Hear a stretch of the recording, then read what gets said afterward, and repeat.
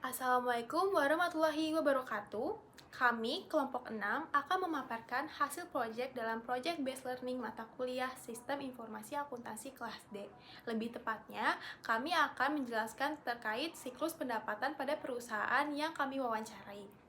Sebelumnya, perkenalkan, saya Risma Fatonah bersama dengan 4 anggota lain, yaitu ada Saya Aulia Zulkaidah. Saya Muhammad Rafi Daf Arifin. Saya Nadia. Saya Rici Lizaro Zebua. Baik, selanjutnya saya akan menjelaskan tentang profil perusahaan yang kami wawancarai. Pihak yang kami wawancarai merupakan perwakilan dari salah satu brand yang sudah terkenal di Indonesia, yaitu Konsina, dengan nama perusahaannya yaitu CV Konsina Sagara Alam. Perusahaan ini merupakan perusahaan garmen guna memenuhi kegiatan alam seperti trekking, paragliding, fishing, diving, caving, rafting, dan juga outbound. Nah, kegiatan perusahaan ini yaitu memproduksi pakaian dan juga alat dalam kegiatan tersebut. Baik, selanjutnya akan dijelaskan lebih mendalam terkait siklus pendapatan. Siklus pendapatan menurut Romney dan Steinbart adalah kumpulan aktivitas pemrosesan informasi yang terlibat dalam menyediakan barang dan jasa kepada pelanggan dan menerima uang tunai untuk membayar transaksi penjualan itu. Tujuan utama dari siklus pendapatan adalah untuk memberikan produk yang tepat pada waktu yang tepat dengan harga yang tepat. Dalam CV Konsina Segara Alam, siklus pendapatan terdiri dari sistem penjualan, pengiriman barang, penagihan, dan penerimaan kas. Selanjutnya itu flowchart mengenai siklus pendapatan dari CV Konsina Segara Alam, yang dimana diawali dengan adanya marketing and sales yang akan menerima pesanan berupa custom ataupun tidak. Apabila pesanan diterima tidak custom, maka bagian riset dari marketing and sales sendiri akan melakukan analisis pasar dan menghasilkan dokumen berupa referensi barang yang akan diberikan kepada bagian desain, sehingga bagian desain dapat membuat desain sampel dan menghasilkan sampel desain yang akan diberikan kepada bagian produksi, di mana selanjutnya bagian produksi akan membeli kebutuhan produksi dan melakukan produksi barang hingga menjadi barang jadi yang akan diberikan ke gudang dan disimpan. Lalu di bagian gudang akan diteruskan lagi ke bagian marketing and sales untuk dilakukan pemasaran barang. Untuk memasarkan barangnya, perusahaan ini memakai dua platform. Yang pertama offline store dan juga e-commerce. Nah, dari kedua platform ini perusahaan akan menerima pesanan yang nantinya akan dibuatkan sales invoice. Lalu sales invoice tersebut akan diteruskan lagi ke dua departemen. Yang pertama ini ke bagian gudang terlebih dahulu. Dalam bagian gudang ini akan dicek ketersediaan stok barang tersebut. Lalu jika semuanya sudah clear dan sesuai, akan dilakukan packing, lalu akan menghasilkan barang jadi setelah packing. Lalu yang kedua, sales invoice ini juga akan dikirimkan pada bagian finance.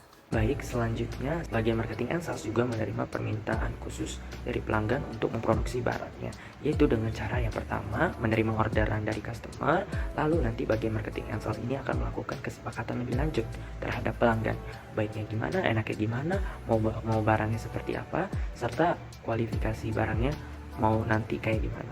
Lalu setelah itu bagian marketing and sales akan melakukan referensi desain custom. Nah, nanti bagian marketing and sales ini akan mengirimkan referensi desain custom ini kepada bagian desain. Nah, setelah bagian desain menerima referensi desain custom dari bagian marketing and sales, maka bagian desain akan membuatkan desain produknya, nanti jadinya akan desain produk. Nah, desain produk ini nanti bagian desain akan kirimkan kepada bagian marketing and sales lagi. Lalu setelah bagian marketing and sales menerima desain produk yang sudah dibuat oleh bagian desain, maka bagian marketing and sales ini akan mengkontak atau merechat kepada customer apakah desain produk yang dibuat oleh bagian desain sudah sesuai dengan permintaan customer, sudah baik atau belum, sudah sesuai kualifikasi atau belum, dan lain sebagainya. Jika customer memverifikasi desain, maka setelah itu customer harus yang namanya melakukan pembayaran di muka dan melakukan payment. Nah, customer bisa melakukan payment dengan dua cara, yang pertama dengan cash dan juga tempo. Jika customer melakukan pembayaran dengan cash, maka cash ini akan dikirimkan ke bagian finance. Nanti bagian finance akan menerima cashnya, dan cashnya ini akan langsung dimasukkan ke dalam file cash from payment yang langsung terintegrasi dengan ERP atau kita sebut sebagai ERP dalam bahasa Inggris. Lalu nanti terbitlah juga sales invoice. Juga yang kedua, jika customer melakukan pembayaran dengan jatuh tempo, maka nanti akan terbitlah sales invoice. Nah, sales invoice ini akan diterima juga oleh bagian finance yang nanti langsung terhubung dengan sistem terintegrasi ERP. Nah, selain itu, sales invoice yang sudah terbit di bagian marketing and sales tadi akan dikirimkan juga ke bagian produksi. Nah, setelah bagian produksi menerima sales invoice dari bagian marketing and sales, maka nanti bagian produksi akan membeli kebutuhan produksi untuk membuat barang hasil dari custom desain yang telah dibuat oleh bagian desain kepada supplier langganannya. Kemudian nanti bagian produksi akan memproduksi barangnya, lalu jadilah barang jadi pesanan. Setelah barang jadi pesanan, nanti bagian produksi juga akan mempacking dan jadilah barang jadi pesanan setelah packing. Lalu barang jadi pesanan setelah packing ini akan dikirimkan kepada bagian pengiriman yang selanjutnya dijelaskan oleh teman saya, yaitu Aulia Zulkaidah Yahya. Selanjutnya, barang jadi pesanan yang telah di-packing dari departemen gudang akan dikirim ke departemen pengiriman. Kemudian, departemen pengiriman akan melakukan pengiriman pesanan kepada pelanggan.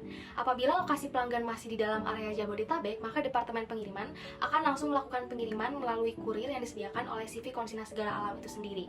Namun, apabila lokasi pelanggan di luar area Jabodetabek, maka departemen pengiriman akan mengirim barang jadi pesanan ke ekspedisi, kemudian akan dihasilkan resip pengiriman, lalu barang akan dikirim ke pelanggan. Setelah barang dikirimkan ke pelanggan, pelanggan akan menerima pesanan dan akan segera melakukan pelunasan yang akan menghasilkan dokumen invoice pelunasan yang kemudian akan diproses oleh Departemen Keuangan.